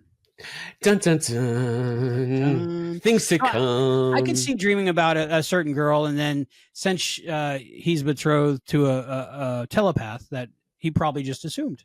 So it kind of makes sense. But you've never just dreamed about the same woman? Well, you've had the dream woman in real life, so you don't have to. Yeah, no, I mean, if I did, I'd tell you, but maybe I have, I just don't remember it. Mm-hmm. I mean, that could be too. No credits in your dream? No credits in my dream. No. Interesting. So I think that, I wish I could dream like that. I've always wanted to have like lucid dreams and be conscious in my dreams, but still be asleep, because then you could fly and have like superpowers and do like a whole bunch of neat shit and be cognizant of it. But anytime I've ever gotten to that place where I know I'm dreaming, I wake up. Well, it's like the spell is broken. Where I learned the talent is when I was young, I had Lyme disease before they discovered what Lyme disease was. Right. Before it sold out. Yeah, before everybody was doing it, before all the cool kids were doing it. Basically I went to doctor after doctor after doctor after hospital, and I was faking it. But what I was faking was sleeping 22 hours a day for over a year. So I don't know how I was faking that.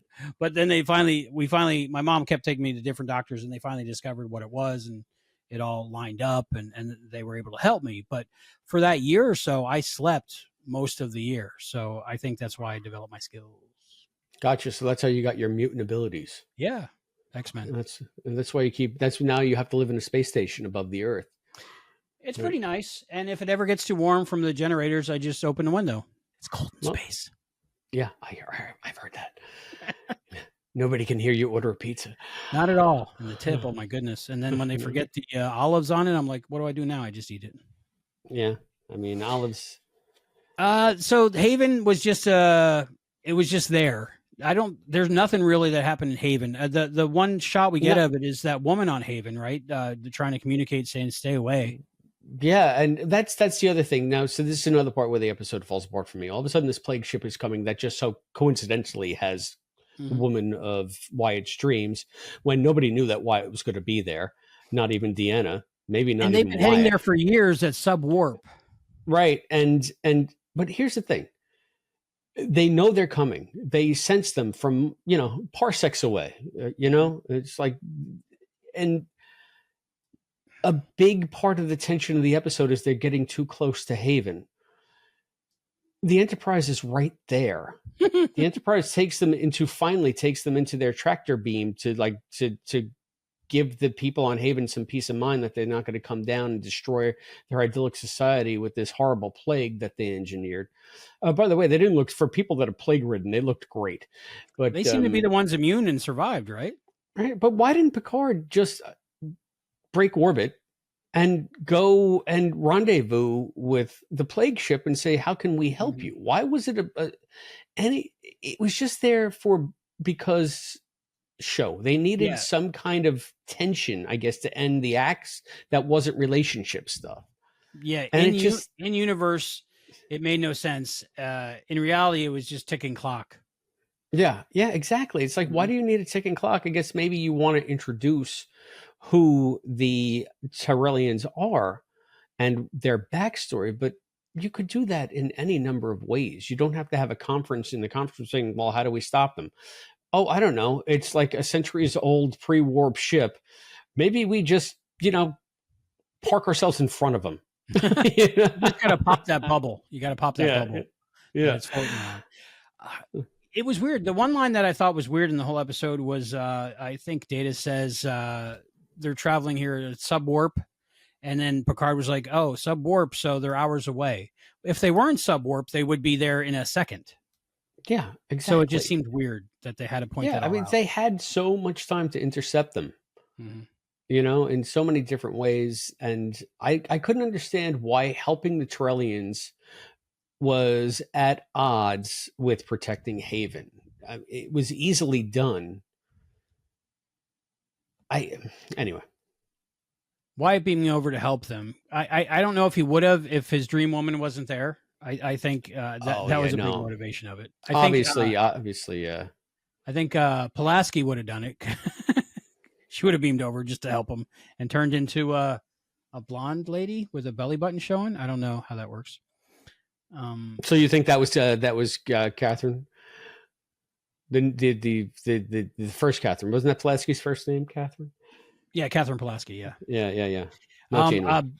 One thing Gates said funny during that panel was she knows that she can develop any vaccine within 40 minutes.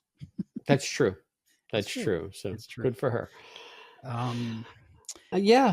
Those people, Haven. I mean, it really wasn't anything about that, I guess, right? It was just about the wedding, and they needed something to happen to keep people interested that weren't interested in the wedding aspect of it, I guess. But also to tie in this woman of Wyatt's dreams, and it's just like it is just so narratively convenient the way everything plays out here. It's just this string of like outrageous coincidences, and then we get Magil at the end saying, "But that's how the universe works if you really look at it." Oh, okay, I guess that's the hand waving part. Yeah, because she's making these drawings of Wyatt her whole life. Right. It was Magil making. Oh no, it was Ariana making the Wyatt drawings. Yeah. Oh, did you see on the bridge of that ship? Worf's chair was on the bridge in the background. No, I didn't notice. I did. I read it in one of the nitpickers guides or the companion or something. Anything else cool in that? Yeah, that's just the one thing I noticed from that. Let's see. There is nitpickers as far as like mistakes and stuff. Yeah. Let's take a look. It's a cute book. Bum, bum, bum. Data lore. Big goodbye. Let's see. Plot oversights. No, we kind of talked about that. We talked about that. Continuity in production problems. Yeah, no, this is just like match shots and crap like that. Yeah, I'm sorry. This is a bad segment. I'm doing poorly, and I want to apologize on behalf of Star Trekkers everywhere. It's a lot of shit about Mr. Home. And Mr. Holm. Now that was the guy that was in the Addams Family, also, right? I believe. no, Like the you're 90s thinking versions? maybe the 90s version. I thought Yeah. you were talking about like what are little girls made of. That was the original Lurch, and I forget his name. I think it's David something. I'm not sure. But Yeah. So, who played so they Lurch? got 2 Lurches, maybe. So that's cool. Well, yeah, maybe. Yeah, it could be. Could be. I thought his character was a little interesting. I liked that he kept drinking. That reminded me of the stories you hear about Andre the Giant, because he could just drink like gallons of any liquor and be fine because he was just so huge. Really, I hadn't heard that. Yeah. That's a wrestling thing. So Yeah, Andre. But everybody knows Yeah. Andre, Princess Bride. Yep. But, Yeah, of course. It was interesting. And then that little bit at the end, because everybody said he couldn't speak, but then a little bit at the end, he did speak. Yeah. Yeah. To go with the humor of the episode, I guess. Yeah, I mean, humor. the manservant. I guess it's just so that they could show that Picard is struggling with the bags, and then Holm just lifts it like it's nothing. Which, okay, that's fun.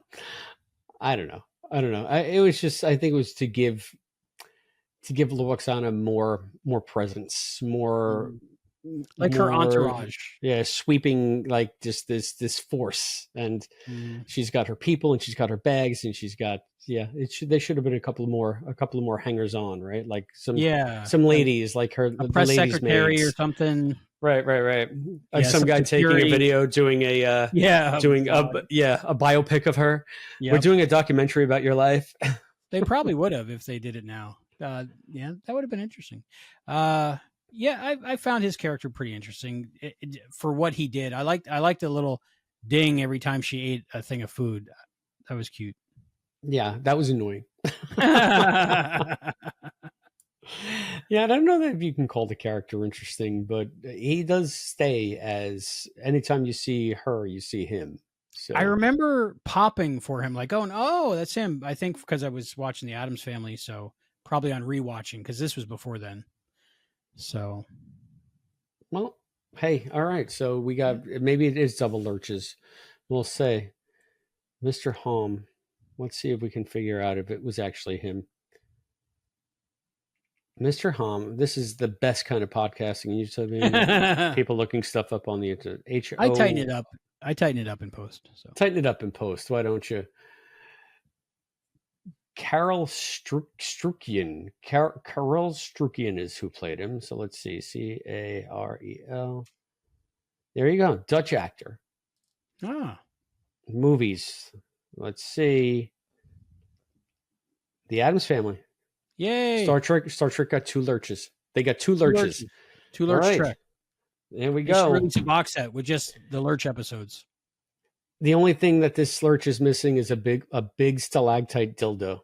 Yes. They're going to bring that back probably. Did you hear Roger Corby's coming back, right? Yeah, Roger Corby is going to be on the season of Strange New Worlds. They name dropped him when Chapel accepted this fellowship. Mm-hmm. So I guess the weddings are happening. Jess Bush. I bumped into her. Not bumped in, but walked by her. So she was walking this way. I was walking that way. No bumping, though. Any Celia? Who? Celia Rose Gooding. Oh, no. She must be there only on the weekend. But I think I saw her table, but I didn't see her. Cool. But they had like tables for Michael Dorn and Shatner, but they weren't there yet. So gotcha. They like had their places set up. It would have been nice. Did they have either lurch? Was either lurch there? No. But the guy who played the Gorn was there. That was Bobby. Cool. Yes. Yeah, I forget his last name. Anyway, he was there, and I was like, "Oh, I should meet him." I don't know. Maybe I don't know. It was weird. I wasn't doing the whole photo op and signature thing. I don't do autographs because autographs. That was before they invented cameras for like photos with somebody or selfie with somebody. It was weird because I could have met all of them, everybody, but I've met a lot of them before, but of course not the newer ones. But I only got the one photo with Christopher Lloyd. Oh, that's right. I saw that. Yes. That's your favorite Christopher. Yeah. Cause I met him in Denver when I did, when I covered for one of Juan's, reporters in, the Denver Comic-Con. Mm-hmm. So, but I didn't get a picture with him, so I figured this time I should. Cool. He was pretty cool. Well, yeah, you never know. All right. Before we go to our final ratings, do we have anything else to talk about this episode before our final ratings and final thoughts? No, I mean, I think we've nailed all of the posts. I think that we've discussed this episode far more than anyone else ever has. Maybe. I mean, but Probably. So before we do that, who was your episode crush, Mr. Topher?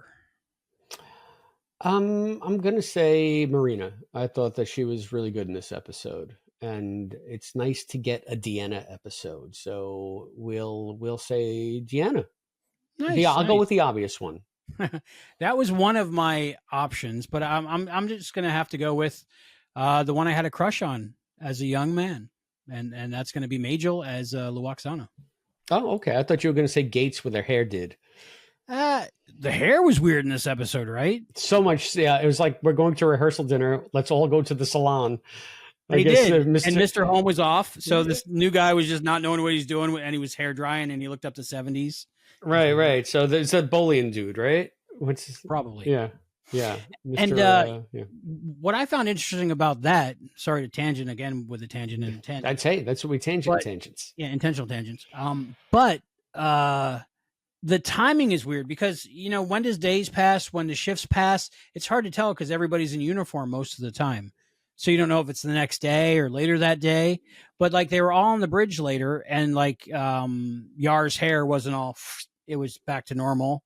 Mm-hmm. And Troy had changed her outfit again back to her non-standard denim onesie. Yeah, you know what? I kind of love that purple dress that she was wearing. That could be maybe my favorite part of the episode. Deanna or Deanna was wearing this purple dress at one point. Oh, okay. She looked spectacular. I liked Luoxana's dress because it showed her back. She's got a beautiful back. You are a pervert. It's her back. That's not a bad thing. You're as bad as Picard, man. Am I? Maybe. Yeah, those thoughts that were running through. You know what? Maybe she was reading my thoughts through the TV and not Picard's, and she got mixed up. That's now because we're all connected through space and time in the universe. Yep. That makes a lot of sense. Chlorians. Yeah. So yeah, my episode crush was Majel Luoxana. Midahornians. Deanna was a close second, and the only reason I gave it to Majel more was because she's not in as many episodes. So, did it strike you as odd that they didn't have a scene between Luoxana and Riker, even if it's just a nod? Oh, Luoxana, how are you? Will, nice to see you, or anything like that. I mean, wouldn't they know each other? They would. They do. There's history. Yep, there's history. So they don't really acknowledge each other in any collegial, cordial way, or no familiarity. That's the word I'm looking for. Maybe they didn't know it at the time, or maybe she's upset with her because, like, she's like the mother-in-law, right? And then he hurt her baby in the past. Mother-in-law. Maybe her baby hurt him. Yeah, so maybe she's just like ignoring him because of past differences. Let's say. Read the book. I just feel like there could have been some stuff to mine there. Maybe it would have been a nice a moment, a beat. Yes, I agree. Yeah. Well, we find out more between Riker and Deanna coming up soon, I think. We do. Yeah. So do we have trivia questions? Who asked who what? It's been a while, so I don't know. Who... Did we say what your favorite part of the episode was? Oh, favorite part of the episode. My favorite part of the episode was the relationship stuff between Will and Deanna. Again, I ship them. Cool. They're a very important part of my life, my fake life, my imaginary life. I like those two together, and I love their relationship and their love and their whole arc. And it's weird. Rennie and I are binging Friends right now, the Blu-rays. And our last episode we just watched today was The Invitation, and it was about an impending wedding, and it was about the relationship of Ross and Rachel, but they're not together at the moment, and different things. And then I watched this episode, and I was like, oh, so many similarities. It's weird. So I'd say the wedding stuff, the unrequited, the unfinished, the romantic arc of Will and Deanna. Yeah. What's your favorite part? Getting all serious. I am a little bit. The purple dress. Purple dress. Yeah, there you go. Her pantsuit thing wasn't so bad either. So, you know what's something funny about this episode? There was, I think I heard it one time in one of the behind the scenes things, maybe on a DVD or something. But the whole futuristic fabric is just like upholstery fabric, And this episode, everybody was wearing upholstery fabric. Everybody looked like a couch, mostly, except Deanna and Loaxana. I like it. I like it. Well, I mean, we have some trivia here. Let me ask you. I feel like you asked me the last few times. Okay. Yeah, that sounds good. All right. That way I don't have to put my glasses on. Right. All right. You ready? Yeah. Three questions. You got me for 3 questions. On what planet does the original series crew of the Enterprise encounter the rock-like creature Yarnek? I'm not good at planet names. I'm going to lose this one. I'm going to go with Abraham Lincoln. I mean, he is in the episode. I don't know the planet name. Yeah, I didn't recognize it until I read it. And I said, yeah, Excalibur. Really? With an A. It's like someone from the Bronx saying Excalibur. It's Excalibur. Patrick Stewart. Have you ever seen that movie? Pretty good. I have to draw Excalibur out of the stone. I got Excalibur on Laserdisc. Good movie. It's the sword and the stone. Yeah. Excalibur. So that's all right. I didn't get that one. And in the motion picture Nemesis, why do the Remans live on the dark side of their homeworld? Why? Yes. Let's see. A melanin deficiency? Yes, you got it. You nailed it. They're allergic to Melatox 5. Because it is impossible to survive the high temperatures on the other side. Oh, okay. So they'd rather be cold than burn to death. That makes sense. Yeah, I guess. Yeah, because that is Remus, right? And it's in an orbit that is always one side facing the sun and one side not. Yeah, maybe. I don't know. That movie's such horseshit. Romulus.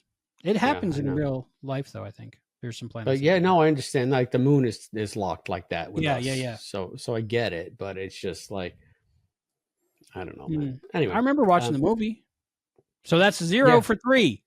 So it's not 0 for 2. Technically a melanin deficiency. 0 for 2. So you got 1 more. Okay. I think you're going to pull it out. I think I can do it with this one. I feel Hopefully good there's the easy one. Which actor once sang The Legend of Bilbo Baggins? Leonard Nimoy. There you go. You got it. I got one. Finally. Yay. Okay. All right. So you got 1. 1 of 3. 1. That was my worst performance yet, I believe. Might be. It might be. Yeah. Oh well. But you can redeem yourself now because it's time for you to be the coolest guy in the room and give everybody your Trek and Tell. Ooh, my Trek and Tell. I was going through a lot of different things, what it could be, but this is what I pulled out today. I don't know. Can you see it? It looks like something to do with Picard. I'm going to minimize me on the screen so I can maximize you. And it looks like some kind of board game puzzle. It is the Star Trek The Next Generation puzzle book, jigsaw puzzle book. So when you open it up, it's like a really nice coffee table book with different next gen art. And it's got a lot of information about each character. That is nice. But every main picture here is a jigsaw puzzle. So if you do decide to take them out and put it together, if you're bored by reading the book, you can take the book apart and put it back together. That is a neat concept. I've never seen anything like that. Me neither. And I think I picked it up at a Barnes and Noble one time, and it was just sitting there on the shelf, and I was like, that's odd. And it's Star Trek. So you know me, if it says Star Trek on it, I'll pick it up. That's groovy, man. I mean, have you ever popped one of those out and put them back in? No. Do you have to rip them out, detach them? I don't know. But I would lose the pieces because I think they're pretty good in there. But I think if I took them out and put them back, they probably wouldn't stick in. And then you just have this book that would fall apart all the time. And then I hear you. But it's just cool to have. Let's see. Let me read what it says about Deanna Troi, since this is a Troi episode. I hope there's more Troi episodes. Let's see. Counselor Deanna Troi. Deanna Troi is a counselor with a little something extra. Part betazoid. Part betazoid. There we go. Her empathic abilities help her perform her daily duties and assist in diplomatic situations. Deanna's mother, Loaxana, how about that, is quite a lot to handle, and her frequent visits often upset the daily routine of the crew. Years before serving as ship's counselor on the Starship Enterprise, Deanna was romantically involved with Riker, her Imzadi. She was also briefly involved with Lieutenant Worf. Before? Yes. Really? Interesting. Best of both worlds, baby. No, I'm sorry. When All she's Good involved, Things, baby. Yep, when she's involved with Lieutenant Worf, that's Imzadi Part 2. Good book, not as good as Imzadi 1. Maybe because I don't ship them. Could be. Yeah, because the whole time I'm reading that one, I'm like, no, it should be Deanna and Will. No. So that's my Trek and Tell. Star Trek The Next Generation Jigsaw Puzzle Book. Cool beans, man. Christopher, do you have a Trek and Tell? Why, thank you for asking. I do. This is actually, I've been excited to show these because I was at a little town right by my house, our main street, and we have the summer festival every year. Oh. And there was a vendor there selling something like I'd never seen before. This guy handcrafts, I guess, like trading cards, and then makes them into like 3D art. Ooh. And some of them are like 6 or 7 layers deep, so it looks like a diorama as you're looking into it. And I saw nothing but like Star Wars and sports, and I said, "Do you have any Star Trek?" And he said, "Do I have any Star Trek?" And he pulls out his stuff, and he's got like a stack of Star Trek this high. So I was going through his Star Trek stuff, and I found 2 that I really liked. So I'm going to show you the first one. Oh, I'm excited. All right. So do you see that is Jeffrey Hunter. Jeffrey Hunter is Captain Pike, but do you see how it's like he makes it like a 3D thing. So he takes one of the cards and then he takes elements of them. Wow. And he makes them like these little dioramas. So you have like this groovy 3D effect on them. And it's like I said, it's simple, but it's like nothing I've ever seen before. I thought it was really creative. I love that. And on this one, they have, I guess, the back of what was on this trading card, which is all about Captain Pike, right? So there you go. That's a little bit better. The light's not just glaring on it. So I don't know what set these came from, but I was happy. Yeah, and he had so many Kirks and Spocks and Boneses and things, but I really loved the Cage, and I've always loved Jeffrey Hunter's portrayal in the Cage. So I said, let me get Captain Pike. One thing he did have that I've never seen before, and I don't believe I will ever see again, so I had to grab it. Have I ever told you my favorite guest star on all of Star Trek? I think I might have. Favorite guest star in all of Star Trek? Terry Garr. No. No. Certain Mr. William Campbell.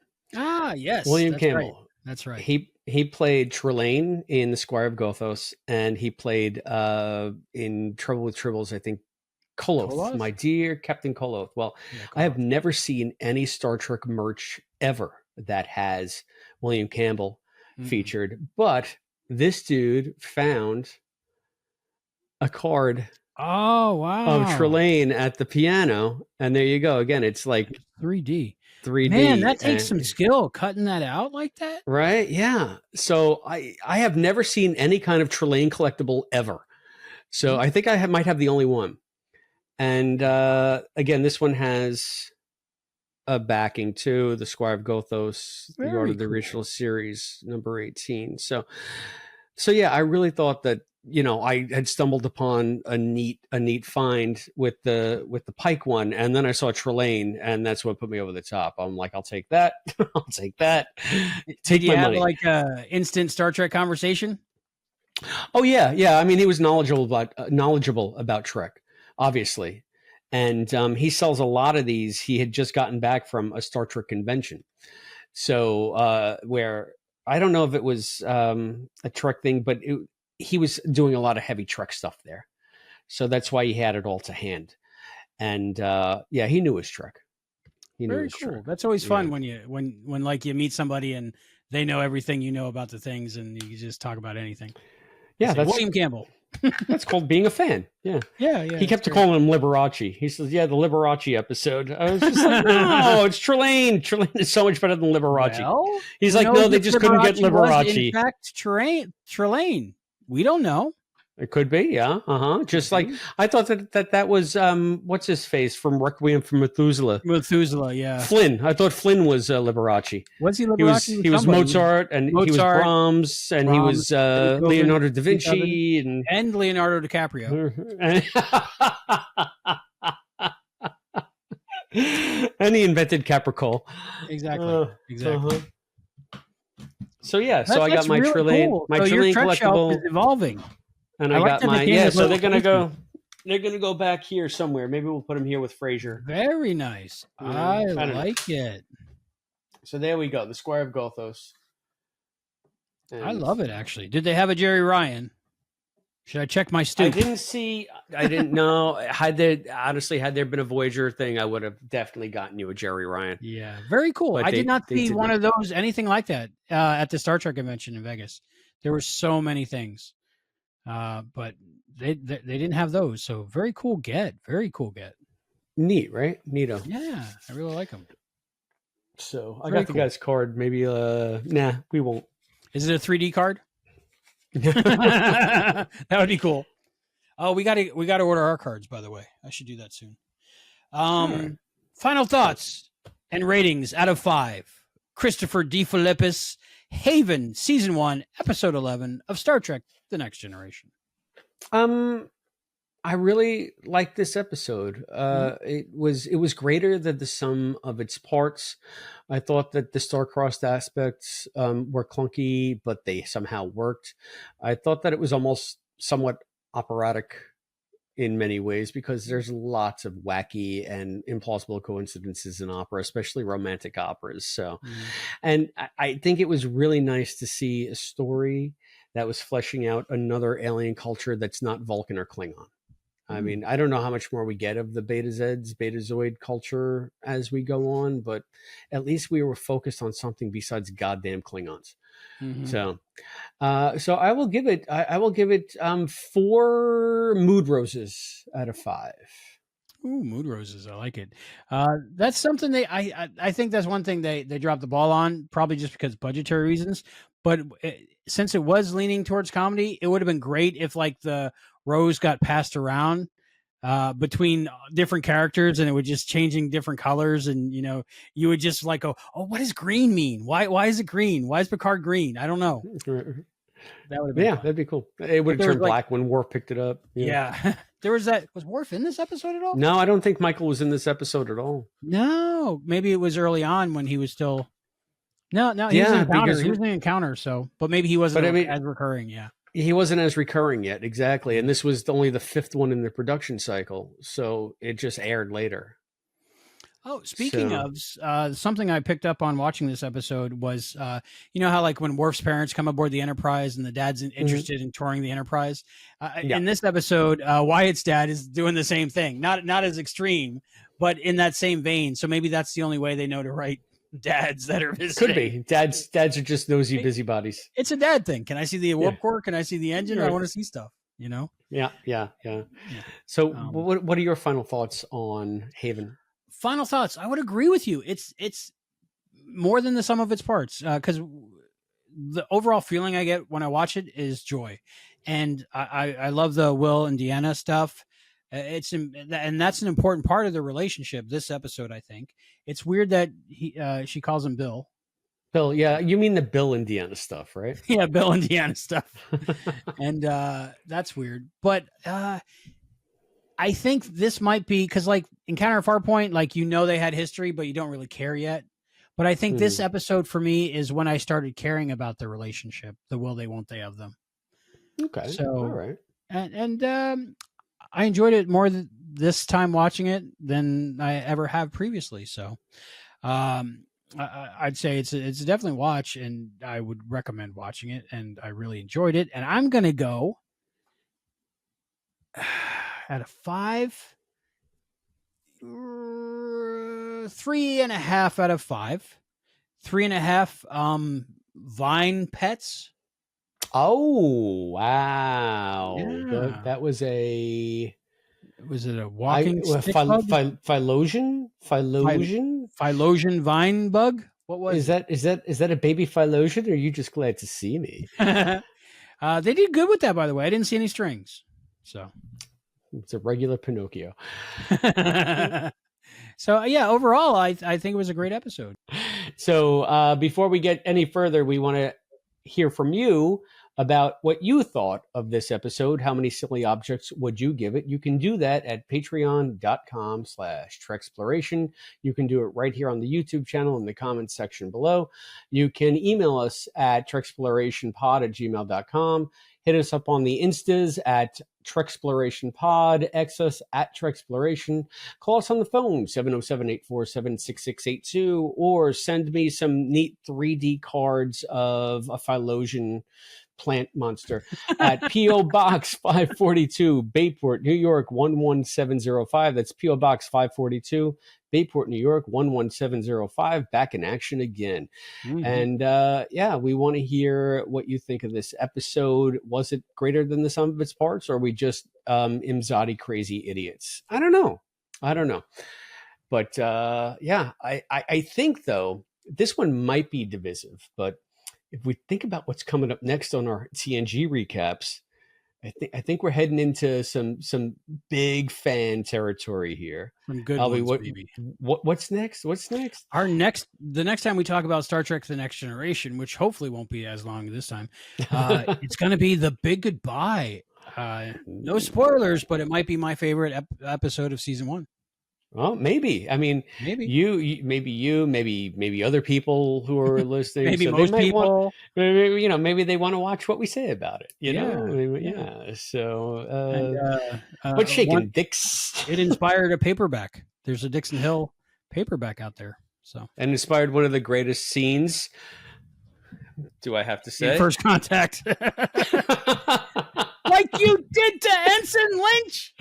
Our mascot, our show mascot, Ensign Lynch, right there. Say hi to Ensign Lynch. So just like we're Trekkies, he's a Hilly, maybe. I don't know, Dixon Hill. I don't know. All I know is Ensign Lynch, baby. Yeah, so we'll be talking about season 1, episode 12, The Big Goodbye. Yeah, I can't wait to talk about that one. Tremendous. I'm not going to tell you what I think of that episode. I can't wait to talk about it. Grumpy, or smiley. Yes. Or yay. And we got pensive. On our bonus episodes, I'll be talking about what I won at a Star Trek auction. Oh. And if it was intentional or not. I don't know. I think it might have been, because that next bonus episode is going to be our discussion of the Voyager series premiere, Caretaker, which I still haven't watched.